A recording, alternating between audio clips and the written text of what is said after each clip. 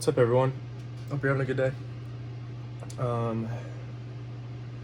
This video is about free body diagrams. I didn't think I went over them enough in my previous video about them, so I'm just going to do a quick example, and this is also going to have like a full example kind of explained with some math involved as well. So it'll be a good practice starter problem for you guys. So free body diagrams, first of all, are one of the most important ideas in statics.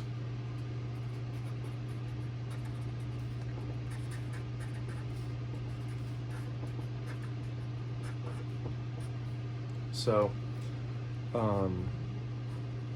basically what a free body diagram is it's like a structural component. So let's just call it a structure free of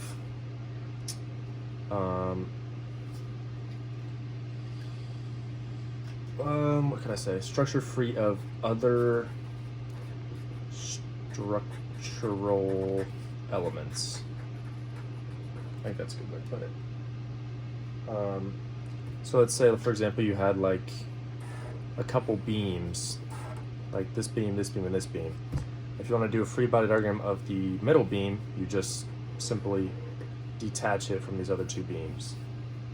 And then you would have forces acting on this beam by themselves without the forces of the other beams. This is just a way to identify forces. Sorry, my handwriting is really bad. Forces within a certain structure. Okay, so first example I'm going to talk about is oh my gosh, what the fuck?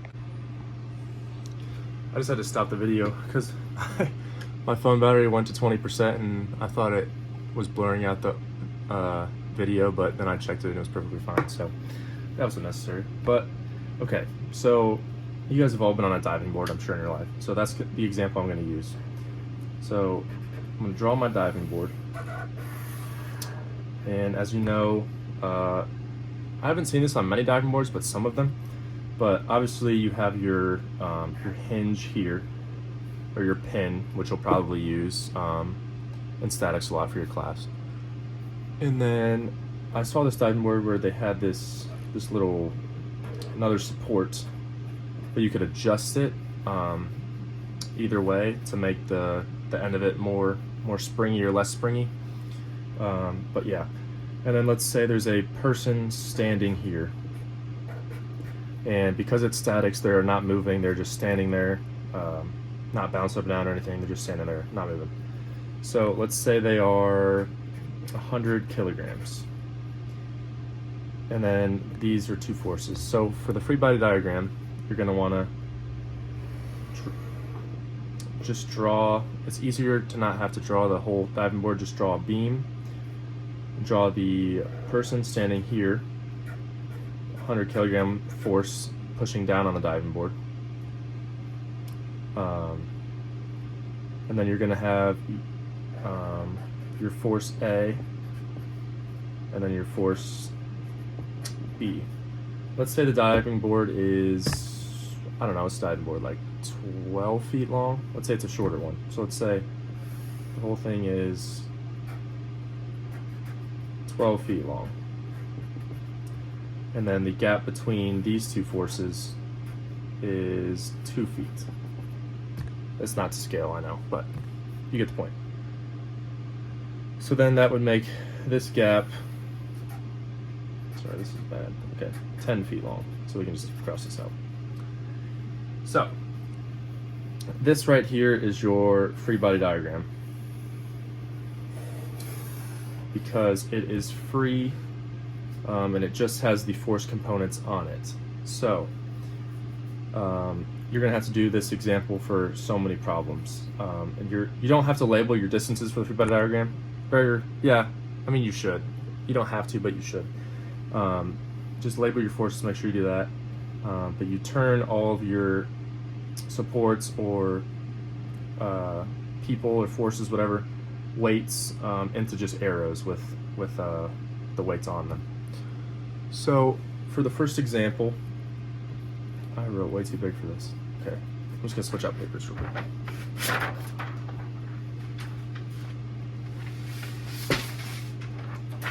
Okay, so with this, make sure it fits in the page.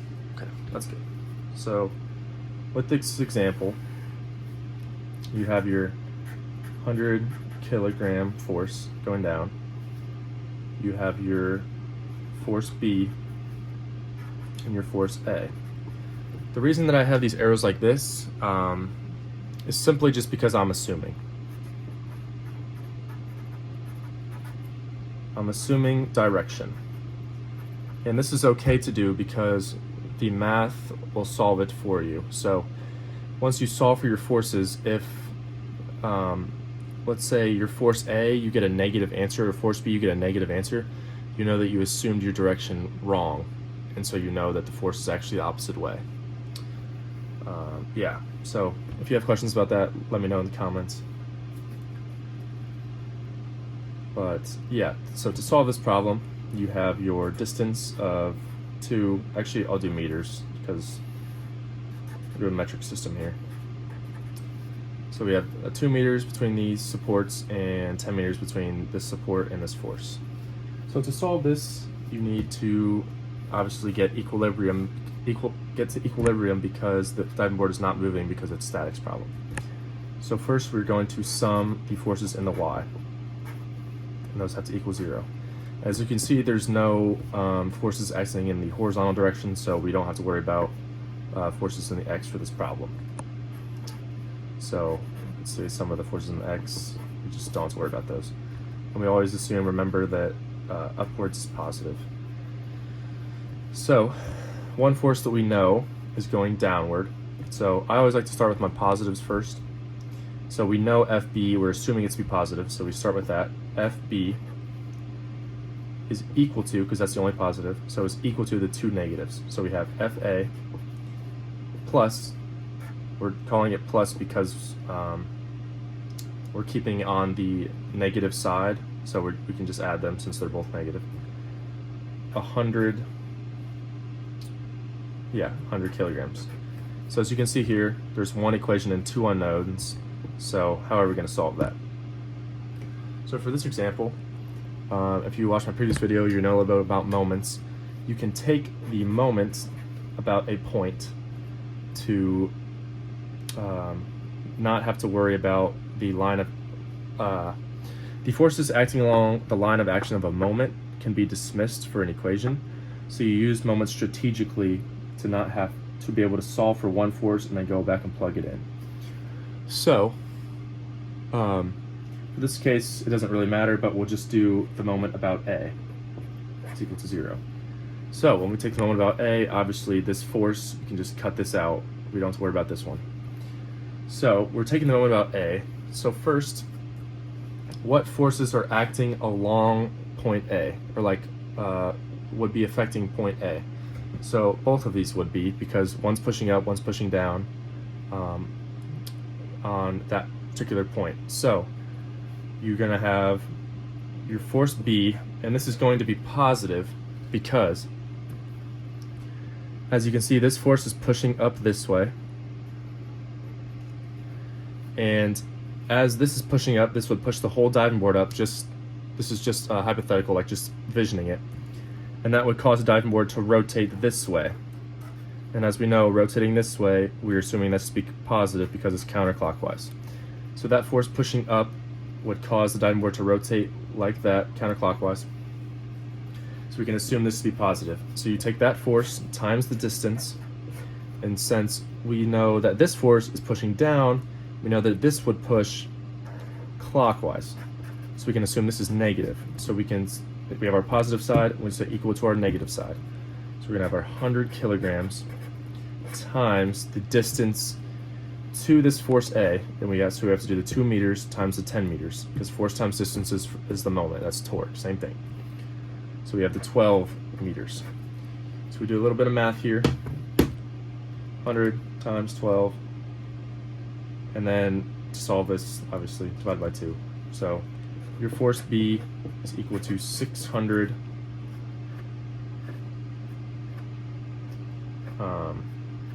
I'm sorry. This should have been newtons the whole time. We're just going to say 100 newtons. I'm just going to make it easier on myself. So force B, we can say, is 600 newtons. Okay. And these meters cancel out, obviously, so it's just newtons left. And then now we can go and plug in force B back into this problem. We have 600 newtons equals FA, force of A, plus 100 kilograms. So then we know that the force of A equals 500 newtons.